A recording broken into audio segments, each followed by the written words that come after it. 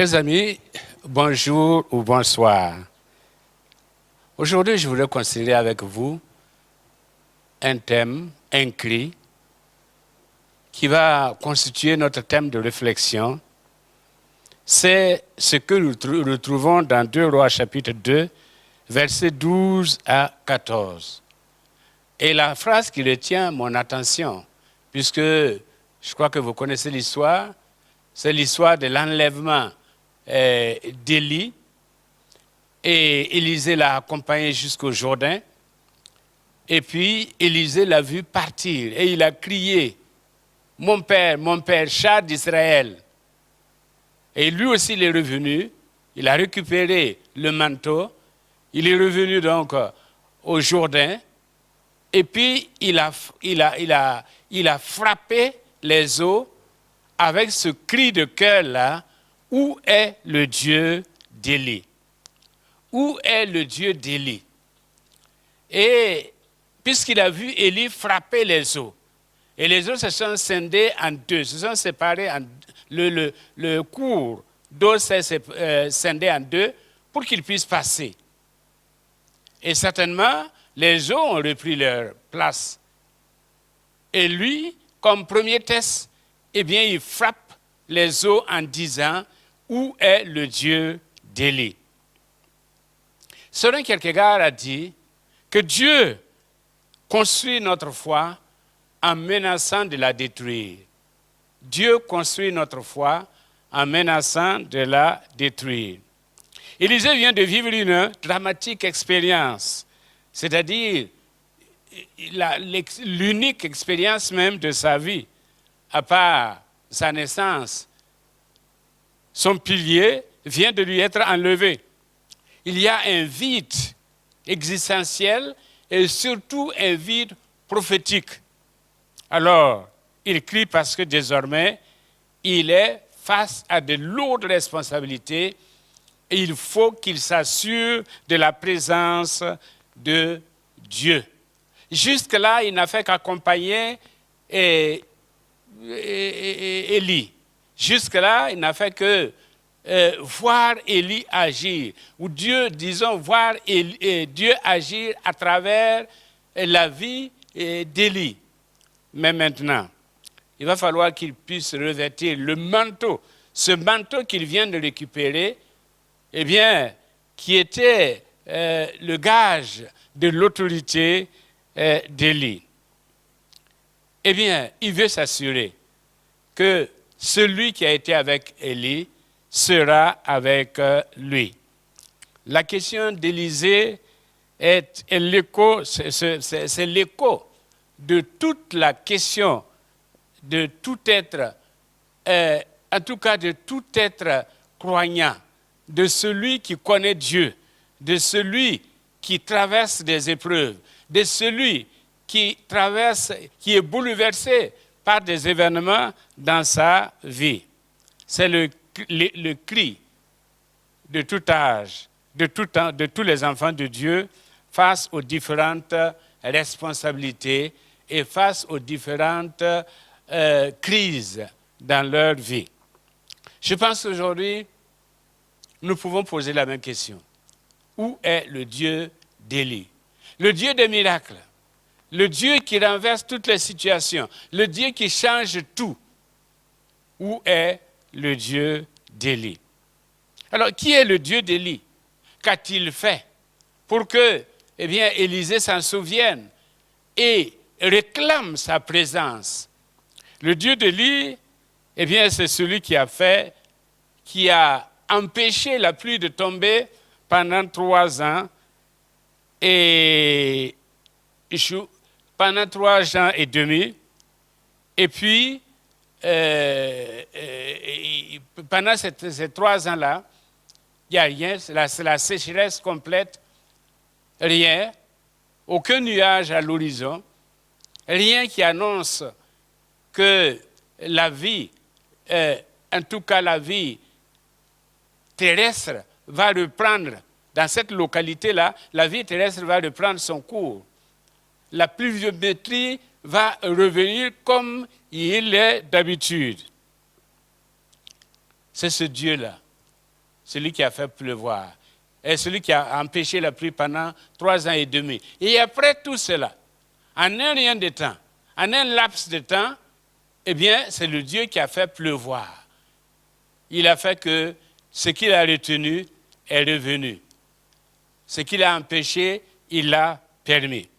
Le Dieu d'Élie, c'est celui aussi qui s'occupe de son serviteur. Il le nourrit, il le protège, il prend soin de son serviteur.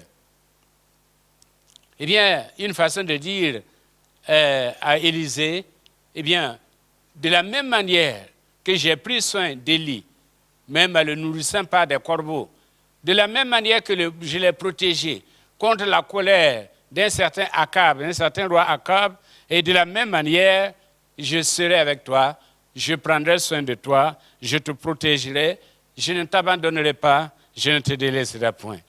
Eh bien, il prend soin de la veuve et de l'orphelin, il pourvoit leurs besoins. Et bien, il va jusqu'à ressusciter le fils d'une d'entre elles. C'est ce Dieu-là. C'est ce Dieu-là qui est le Dieu d'Élie. Celui qui a compassion de la veuve et de l'orphelin, celui qui a compassion de celui qui souffre, celui qui a compassion de celui qui est endeuillé, celui qui a compassion de celui ou de celle qui traverse des moments difficiles dans sa vie, celui qui n'oublie personne, celui-là qui réellement prend sur nous, eh bien, non seulement nos fardeaux, mais nos douleurs, et nous comprend. C'est le Dieu qui répond par le feu, comme sur le mont Carmel, il a répondu par le feu. C'est le Dieu qui, au moment indiqué, répondra par le feu. C'est le Dieu qui encourage les serviteurs déprimés, tous ces enfants déprimés. Et à l'heure actuelle, eh bien, c'est le Dieu. Mon frère, ma sœur, c'est le Dieu qui veut t'encourager et qui t'encourage et qui te dit, prends courage, mon enfant, je suis avec toi.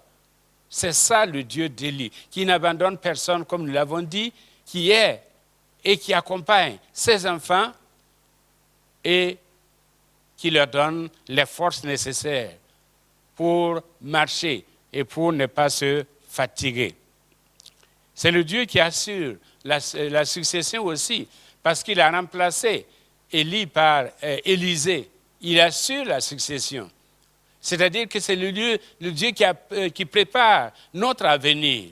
Non seulement il a couvert notre passé, il s'occupe de notre présent, mais il assure aussi notre avenir. Eh bien, c'est le Dieu qui reprend les personnes en autorité, parce que c'est le Dieu qui n'a peur de personne. C'est le Dieu de l'histoire. C'est lui qui installe, et c'est celui qui déplace qui il veut.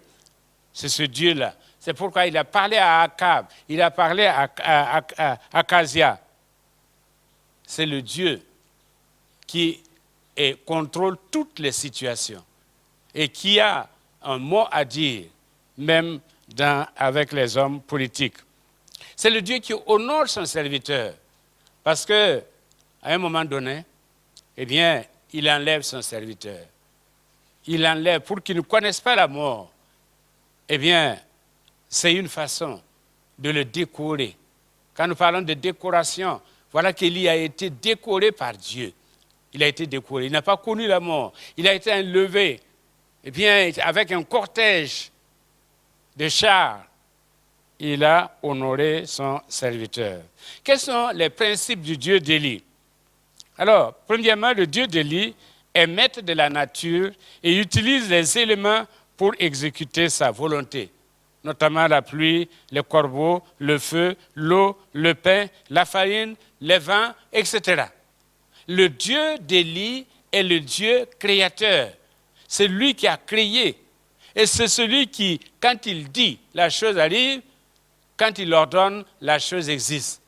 C'est le Dieu qui dit, mer, calme-toi, vent, tais-toi. Et le vent s'est tu, et la mer s'est calmée. C'est le Dieu qui ordonne. Et quand il a ordonné aux corbeaux de nourrir Élie, eh bien les corbeaux l'ont fait. Et c'est le Dieu qui ordonne au feu de descendre et de consumer non seulement le bois, mais même l'eau et même la pierre. Eh bien, c'est ce Dieu-là. C'est ce Dieu, le Dieu d'Élie. Le Dieu d'Élie est celui de la compassion, comme je l'ai dit. Compassion pour son serviteur et compassion pour les vulnérables sociaux. Je vais te dire ce soir ou ce matin que le Dieu d'Élie, il a compassion de toi. Il te voit dans ta souffrance. Il te voit dans ces événements qui ont bouleversé ta vie. Mais il a compassion de toi. Il a compassion de toi. Comme Jésus a eu compassion du fils unique de la veuve, eh bien, il a compassion de toi. C'est ça, le Dieu d'Élie. Il est un Dieu qui rend la vie. Il est un Dieu qui donne la vie. Qui donne la vie. Il rend la vie, mais au-delà, il donne la vie. Et c'est pourquoi il nous a donné la vie éternelle. Et c'est pourquoi nous, en tant qu'enfants de Dieu, nous avons la vie éternelle. Alors, en application, que pouvons-nous dire devant la situation que nous traversons?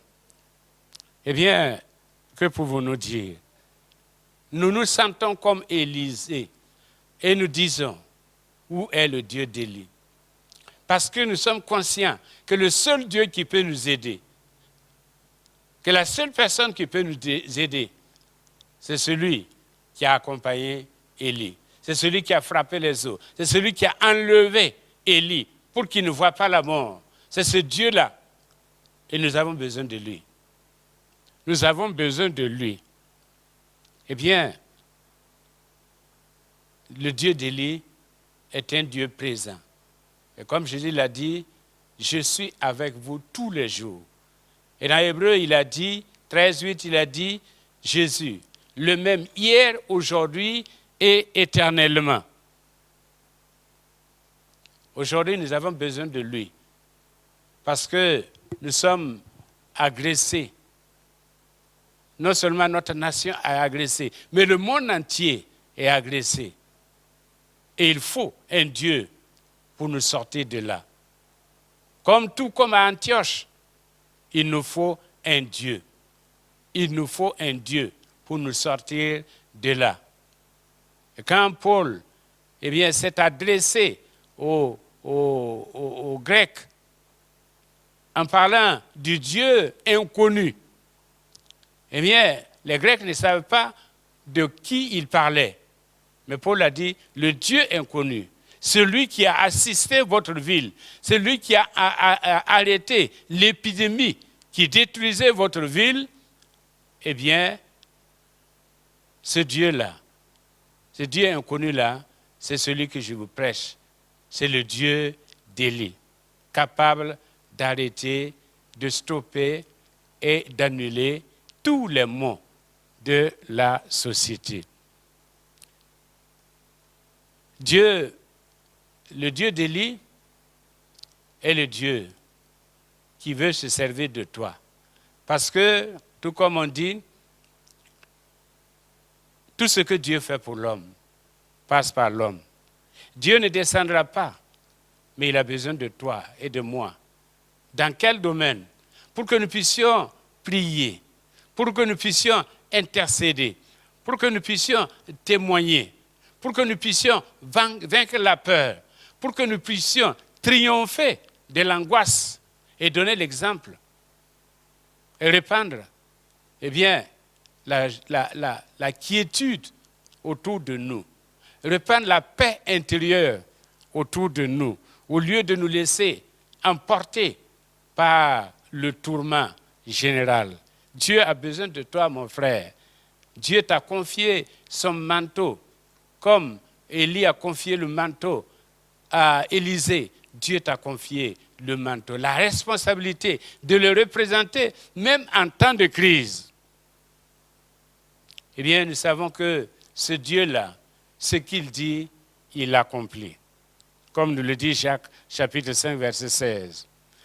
Eh bien, la Bible nous dit que Jacques nous dit que Élie était de la même nature que nous. Croyons que Dieu nous permettra de prendre l'autorité nécessaire. Et au lieu que celui qui vient contre nous domine sur nous, c'est nous qui allons dominer sur celui qui vient contre nous. Ils te feront la guerre, mais ils ne te vaincront pas. Parce qu'il a dit, comme le Père m'a envoyé, moi aussi je vous envoie. Que ferait Jésus aujourd'hui s'il était dans ce monde face à la pandémie? Que ferait Jésus? C'est sûr que non seulement il allait guérir, mais aussi il allait secourir. Il allait être là, avec ceux qui souffrent, supportant ceux qui souffrent et apaisant le cœur des uns et des autres. Mais pour cela, Dieu a besoin des gens qui sont fermes. À celui qui est ferme dans ses sentiments, je lui assure le repos. Dieu ne peut pas travailler avec des poltrons. Et en Morée, on dit, c'est-à-dire, si tu as un produit qui est très bien, surtout un produit testé en temps de guerre, tu ne confies pas ça à un poltron, parce qu'il ne t'aura même pas le temps de tester le produit. Tu as besoin des gens courageux. Il a besoin des Caleb, qui à 85 ans puissent encore dire, donne-moi cette montagne. Des gens qui peuvent relever le défi. Des gens qui peuvent parler de la part de Dieu. Et des gens qui peuvent agir de la part de Dieu. Avec toute la connaissance, toute la sagesse et toute la puissance qui vient de Dieu. Il veut une décision ferme. Il veut une position sans équivoque. Parce que, comme il a dit à Jérémie, eh bien, si tu faiblis au jour de la détresse, ta faiblesse n'est que détresse. Si tu faiblis au jour de la détresse, ta faiblesse n'est que détresse. C'est dans des temps difficiles qu'on reconnaît l'enfant de Dieu, qu'on reconnaît l'enfant de foi. Si nous sommes emportés par les événements, emportés par, tout ce qui se passe autour de nous, sans position ferme en Dieu, nous ne sommes pas différents du monde.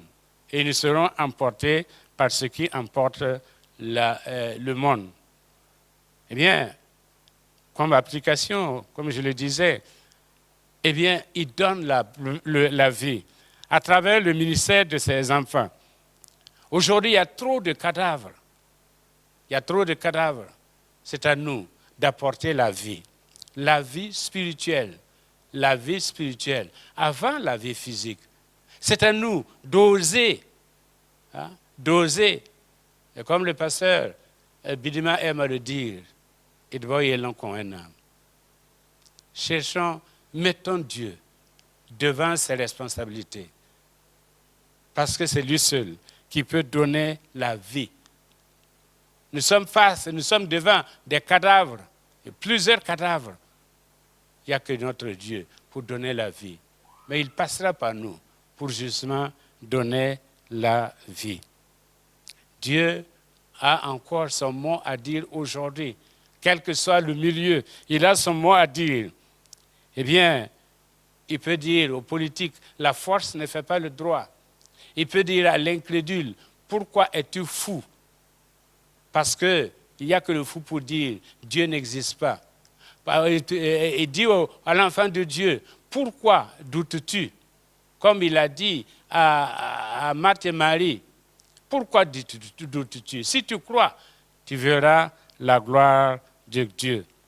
L'Église est là, l'Église est témoin, mais l'Église est un témoin vivant. Il est là pour soutenir et donner de la force à tous ceux qui sont découragés, afin que fortifiés, ils puissent accomplir la volonté de Dieu. Dieu est là. Relève-toi. Comme David, qui à un moment donné a compris qu'il fallait qu'il se fortifie dans le Seigneur. Eh bien, de la même manière, fortifie-toi dans le Seigneur. Dieu veut se répéter personnellement à travers chacun de nous. Dieu veut se manifester personnellement à travers chacun de nous. Quand Élisée a frappé, quand Élisée a défié Dieu, eh bien, Élisée a connu la puissance de Dieu. Ce n'est pas en restant cloîtré que nous allons connaître la puissance de Dieu. C'est quand en nous levant, c'est en agissant que nous allons voir que Dieu nous accompagne dans nos actions. Nous ne devons pas vivre de l'expérience des autres. Élisée aurait pu se contenter de l'expérience d'Élie. Il dit, j'ai accompagné un homme de Dieu. Ensemble, eh bien, il a fait ceci. J'étais là. Mais ce n'est pas lui. C'est Élie qui agissait. Mais Élisée a compris que le temps est venu pour lui d'être aussi opérationnel. Testons et voyons combien Dieu est bon et combien Dieu est puissant et combien Dieu exauce nos prières et combien Dieu peut opérer des miracles à travers nos vies. Si nous abandonnons, si nous fuyons le jour du combat, eh bien, nos forces sont inutiles, notre préparation est inutile, notre vigueur est inutile. Comme je l'ai dit au départ, Kierkegaard a dit, Dieu construit notre foi en menaçant de la détruire. Eh bien, c'est une période où Dieu veut construire notre foi. Mais c'est comme s'il menaçait de la détruire. Tout comme il a menacé de détruire la foi d'Élisée quand il s'est retrouvé sans Élie. De la même manière, Dieu veut construire notre foi. Où est le Dieu d'Élie? Eh bien, mon frère, ma soeur, il est près de toi. Prêt à venir en aide, afin que toi aussi, équipé et revêtu du manteau, ayant revêtu le manteau, eh bien, de celui qui vient de partir, et notre Élie, c'est Jésus-Christ lui-même. Il nous a envoyé le Saint-Esprit. Il nous a envoyé un manteau qui est le Saint-Esprit. Et il dit, va avec la force que tu as. Eh bien, c'est en cela qu'on saura que Dieu est avec nous. Ce n'est pas en nous voyant qu'on va voir Dieu. C'est en nous voyant agir, croire. C'est en cela qu'on saura que Dieu est avec nous. Et c'est en nous voyant utiliser le manteau, c'est-à-dire le Saint-Esprit, cette puissance que Dieu nous a donnée pour restaurer des vies, pour redonner de la confiance. C'est en cela qu'on saura qu'effectivement, eh bien, Dieu est avec lui. Parce que les prophètes, les fils des prophètes, qu'est-ce qu'ils ont fini par dire? Quand ils ont vu Élisée qui revenait, et ils ont dit, l'esprit d'Élie est sur lui. L'esprit d'Élie est sur lui. Que l'esprit d'Élie soit sur nous. Que l'esprit d'Élie nous accompagne. Que l'esprit d'Élie nous amène à relever des défis qui se présentent à nous, chacun pour sa part. Que le Seigneur vous bénisse et que vous trouviez le Dieu d'Élie, qui n'est pas loin, qui est prêt, qui est disposé à se révéler à vous au nom de Jésus-Christ. Amen.